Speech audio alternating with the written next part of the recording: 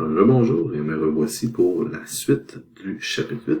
Donc, deuxième capsule ici qui répond à une deuxième question, comme c'est souvent fait dans le chapitre là, sur la chimie organique depuis le chapitre 5. Là. Bien, c'est maintenant qu'on a des alcools et des éthers, qu'est-ce qu'on peut faire avec? Donc, c'est quoi la réactivité? Là? C'est quel genre de transformation je peux faire sur un alcool et sur un éther et non pas comment je peux faire pour les obtenir. Il y a deux endroits où est-ce qu'on peut travailler les alcools. Donc les alcools, ils ont deux liaisons qui sont fragiles. Il y a la liaison ici, qui est la liaison CO. Donc n'oubliez pas là, que quand vous avez un R, c'est une chaîne de carbone, donc c'est une liaison CO qui est à cet endroit-là. Et vous avez cette liaison-là aussi, la liaison OH, qui va être brisable là, en tant que tel. Donc pourquoi ces deux liaisons-là sont relativement fragiles aussi, c'est qu'il existe une bonne différence d'électronégativité entre le O et le H, donc ça donne une liaison fragilisée ici, et une bonne différence d'électronégativité entre le O et le C, qui donne encore une fois une certaine fragilité. Donc on va regarder dans l'ordre, par OH en premier et CO ensuite, là, quel genre de rupture on peut faire. Donc, premier exemple de rupture de liaison OH et utilité par la suite, là, c'est que, premièrement, les alcools, on dit que c'est très faiblement acide. Donc, quand on a un alcool OH comme ça, je disais que c'est faible, cette liaison-là, mais la liaison qui est ici ne se défait pas toute seule. Okay? Donc, on peut pas la faire casser dans l'eau en tant que telle. Là, ça prend un petit peu plus d'aide pour faire ça. Il y a une exception de fragilité qui est le phénol. Parce que le phénol, quand on le met en présence de NaOH, je vais vous montrer là, le phénol, si je détaille sa liaison OH de cette façon-là, si je le mets en présence d'une base forte, comme du NaOH, OH-, mais on va pouvoir aller chercher l'hydrogène qui est ici et former ce qu'on appelle l'ion phénolate. Donc l'ion phénolate, c'est l'ion suivant, O-. Donc c'est une charge négative qui est sur l'oxygène.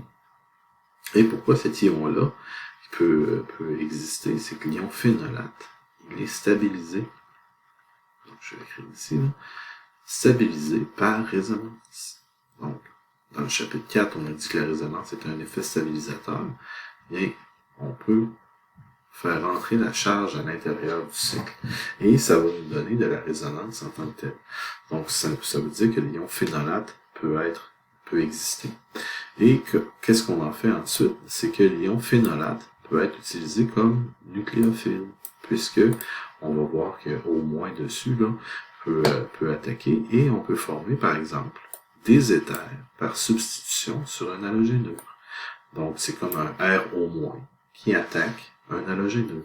Donc, dans l'ordre, si on pense, on fabrique un phénol, là, on a vu comment faire un phénol tout juste avant, là, comme ceci, et si je le mets en présence de NaOH, et directement, ça va me donner l'ion phénolate, donc, OH-, et l'ion phénolate, si je le mets en présence d'un halogénure qui peut ressembler à ceci, c'est on va mettre un brome, bien, il peut venir attaquer et expulser le brome à ce moment-là, et ça nous permet de former un éther qui va ressembler à ceci, une fois formé, O- a remplacé le brome sur la chaîne, et ça nous permet d'avoir un éther ici. Donc, on peut partir d'un alcool et former un éther par substitution nucléophile, qui va nous donner là, ici un déchet là, qui est le Br-, là, et qui nous donne la possibilité de faire un éther. Cette réaction-là, en fait, c'était dans le chapitre 7, hein, quand on a vu là, les substitutions nucléophiles. Et ça ici, c'est un RO- qui va attaquer un halogénure et qui va nous donner un éther. Donc, c'est une réaction possible pour notre liaison au OH qu'on peut casser. Donc ici, la première idée, c'est qu'on peut casser la liaison OH, et ensuite de ça, on peut utiliser le O- pour faire autre chose. Donc c'est le but.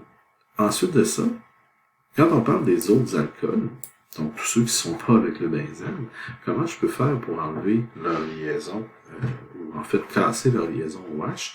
Bien, il y a quelques façons. Il y a entre autres parce qu'on appelle un réducteur puissant qui va être un métal alcalin. Donc ça c'est une façon. Je vais reparler ensuite d'un organométallique et en faisant ici là, aussi la formation d'un ester pour terminer. Mais allons-y dans l'ordre. Au moyen d'un réducteur puissant, ici ça va être un métal. Okay? Et en fait, c'est ce qui me permet de passer de ROH vers RO-. Donc, si on se pose la question, comment on peut faire un RO-, vous avez ici la façon de faire. Donc, par exemple, si j'ai CH3OH, qui est un ROH, et ici je le mets en présence du sodium, bien, ce que ça peut faire, c'est que ça va me donner CH3O- Na+. Donc, RO- Na+, comme ceci. Et ça va nous donner, à la fin, là, si je réussis, je respecte la stéchiométrie là, pour ce qui est du déchet, ça me donne une demi H2 gazeux. Donc, c'est une façon de créer RO- pour former un nucléophile fort là, et faire une réaction de substitution ou d'élimination par après. Donc, voici une façon de casser la liaison OH, parce que la liaison OH qui est ici a été rompue pour me donner O- et Na+.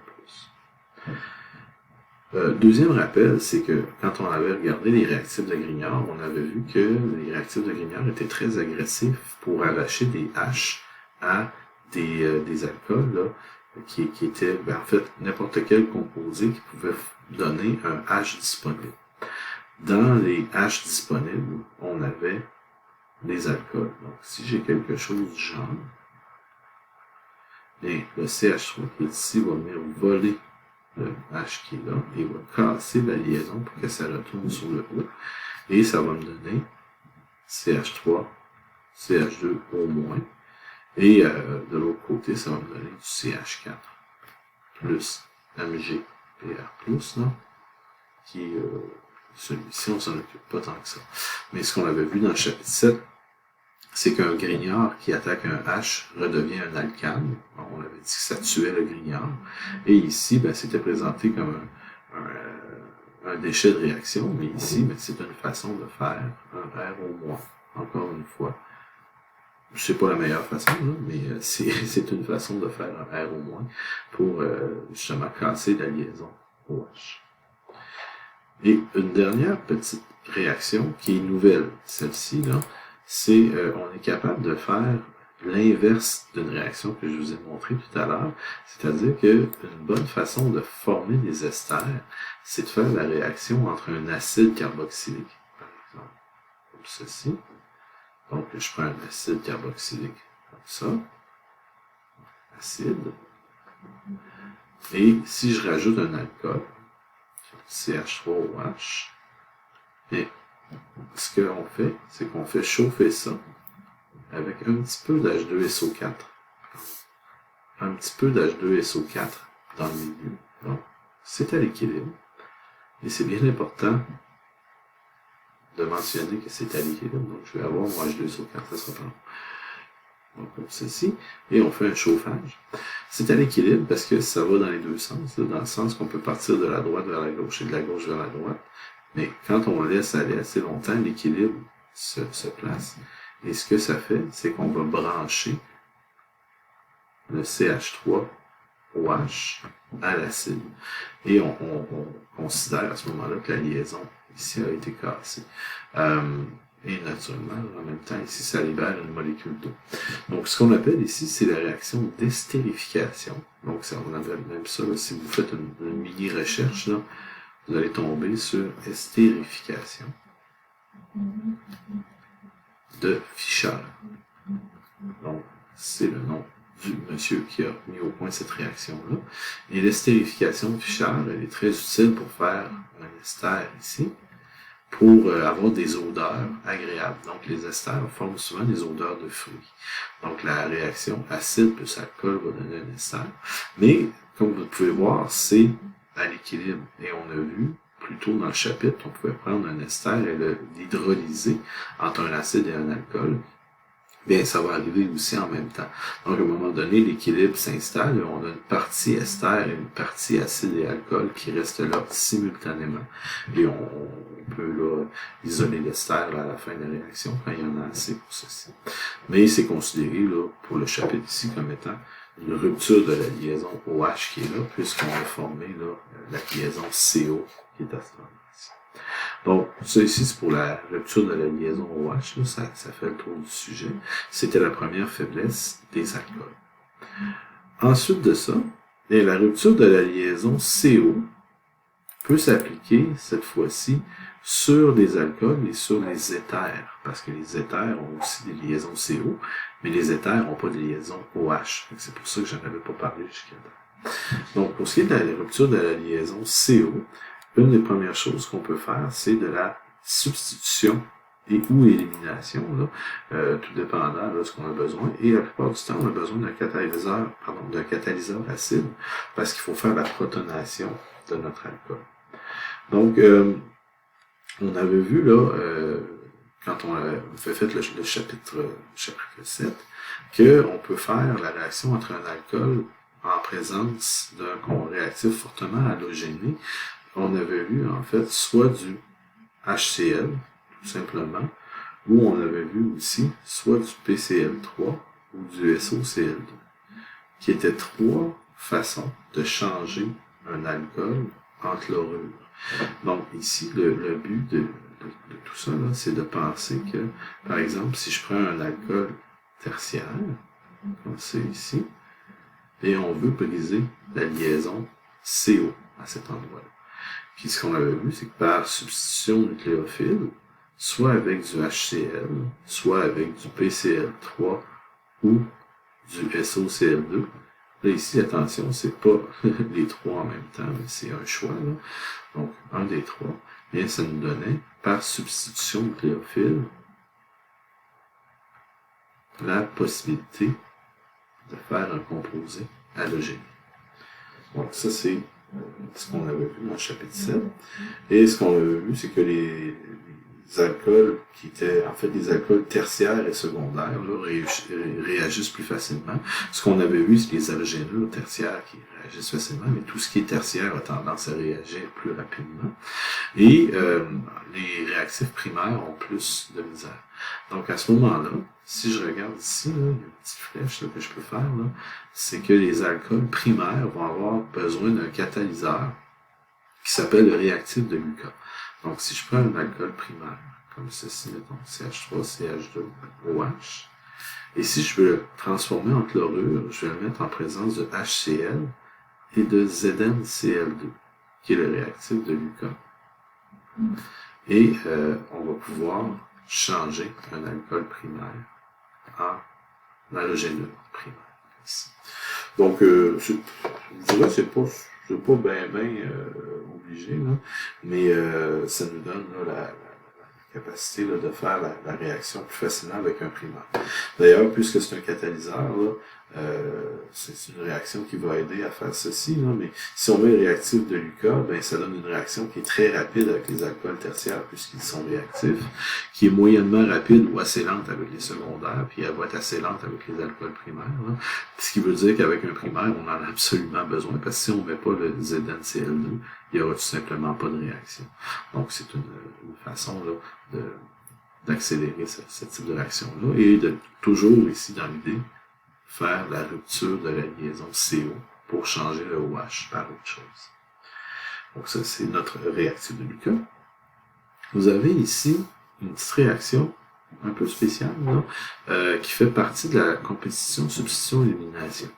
C'est que si on prend un alcool comme ceci, OH, et je le mets en présence, ça c'est peut-être à l'équilibre en fait, là, mais si on met en présence de H2SO4 dilué et sans chauffer, ok? Donc on peut même, je vais l'écrire ici, c'est pas écrit vraiment dans votre volume, c'est à froid ou à température de la pièce.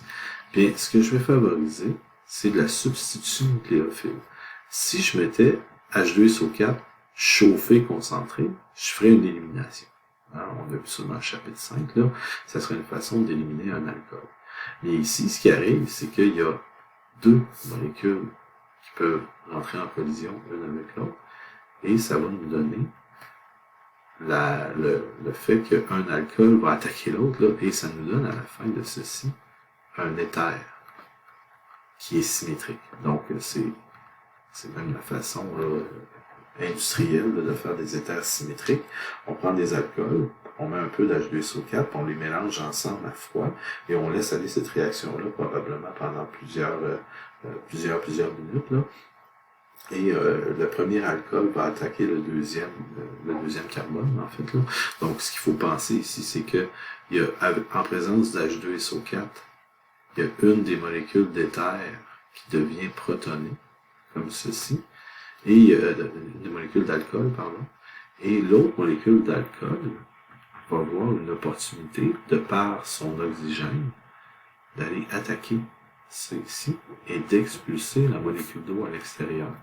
Ce qui va donner ceci, donc CH3, CH2.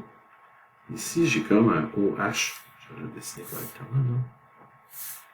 J'ai comme un OH plus qui est formé là. Et j'ai CH2, CH3. Puis, la molécule d'eau qu'on a extrait ou expulsé va venir chercher le H de plus qui est là et va nous amener vers l'éther qui est ici.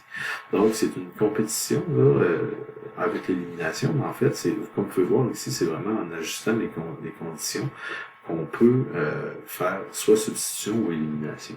Donc, à froid, on fait de la substitution, tandis qu'à chaud, concentré, on ferait de l'élimination, qui nous donne de un alcène, qui est d'ailleurs la prochaine petite rubrique qui est ici, c'est quand on prend du H2SO4 puis qu'on monte la température, bien cette fois-ci, si je prends la molécule précédente, là, et que je mets H2SO4 concentré à chaud, bien là, ici, je vais former un alcène. Donc, on fait ici de l'élimination. Donc, naturellement, le but ici, c'est de vous montrer la différence entre les deux conditions. Concentré à chaud, on élimine. Dilué, froid, en fait, ça va être écrit H2SO4 dilué, probablement. Là. Ça donne une substitution, on va pouvoir former un éther. Donc, c'est deux réactions qui sont en compétition, l'une avec l'autre, qui montrent encore là, la compétition substitution-élimination qu'on avait vu dans le chapitre 7, mais cette fois-ci, appliquée aux alcools. Donc, ça faisait le tour là, de la rupture de la liaison CO pour les alcools. D'ailleurs, ici, c'est encore considéré comme une liaison CO qui est cassée, puisque le OH est parti ici. Là. Donc, ça nous donne un alcène. Maintenant, sur un éther. Les éthers, on peut les faire réagir par substitution de chlorophyle. On va pouvoir casser les éthers et former des halogénures. Donc, entre autres, là, c'est écrit ici, là, avec HBr et HI. On dit dans votre volume que c'est préférable de faire ceci, là, avec ces acides-là. Et ça nous donne, bon, ça dit que ça se fait en 3 étapes. Là, je vais y aller rapidement là, pour ce qui est des étapes. Là. Premièrement, si on prend un éther non symétrique, on va prendre ça comme ceci, là. Donc, de deux côtés différents. Et si on met ça en présence de HI pour commencer, bien, la première chose qui va arriver, c'est la protonation de l'oxygène pour donner l'espèce suivante. J'ai mis le H en haut, j'ai mis le R' ici, là le O devient plus à cause de ceci. Et ce qui va se passer, c'est qu'il y a un des deux R qui va sortir de la molécule pour former R+, plus R', OH. C'est ce qui m'arrive ici.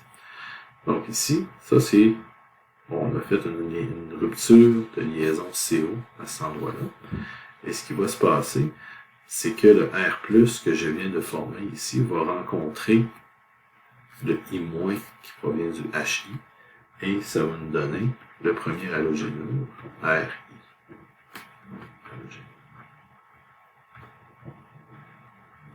Puis ce qu'on dit, c'est que pour ce qui est de la troisième étape, bien, c'est pas mal la même chose, là.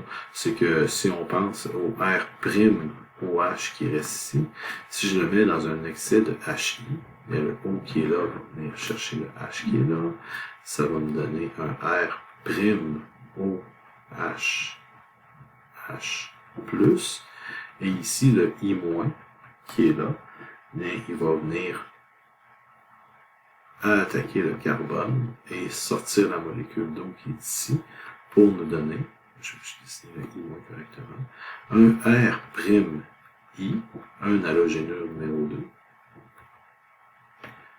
plus, dans ce cas-ci, là, de l'eau qui va être expulsée. Donc, je vous dirais que ça, c'est le détail, là, mais si on prend un éther non symétrique mais réel, là, bien, en fait, on peut résumer ça que si je mets ça en présence de HI, ça serait 2 fois HI, là, comme ça, là, bien, on casse les deux liaisons CO qui est ici. Celui-là ici, l'oxygène du centre, va ramasser les hydrogènes pour former de l'eau. Et les iodes, donc l'hydrogène, les deux hydrogènes ici vont aller avec oxygène pour donner de l'eau. Et les deux iodes vont aller de chaque côté avec les R. Ça nous donnerait le composé CH3 plus CH3 CH2I plus H2O. Donc, c'est la façon là, de casser les éthers en tant que tel. Petit détail, on dit que si un cycle benzénique d'un côté de l'éther, la liaison CO du cycle résiste parce que la substitution nucléophile, les réactions qui sont ici, c'est de la substitution nucléophile. Bien, les substitutions nucléophiles, c'est impossible sur le benzène. On a vu que c'était des électrophiles qui pouvaient réagir avec le benzène. Ce qui donne la particularité suivante. C'est que si j'ai un éther, par exemple, qui est fait avec un côté benzénique et un côté qui ne l'est pas, et si je mets ça avec de l'hydrogène, comme ça ici, donc du côté gauche, on va voir la coupure, là, mais du côté gauche, il n'y aura pas de coupure puisque je ne suis pas capable de faire la substitution nucléophile à cet endroit-là. Ce qui va générer du côté gauche, on ne peut pas casser la liaison CO, on va former un OH en milieu acide, et de l'autre côté, ça va donner CH3. Donc, à cet endroit-là, là, c'est préservé, et on ne peut pas casser cette liaison-là. Donc, c'est les deux, c'est même la seule réaction sur les éthers, là, avec une petite variante qui est ici. Je m'étais laissé beaucoup de place, mais ça ne sert pas à grand-chose. Puis, ça terminerait le sujet de la coupure de la liaison CO. Il me restera une capsule à faire sur les oxydations des alcools, mais pour l'instant, puisque le sujet est clos, on va arrêter cette capsule ici, à cet endroit.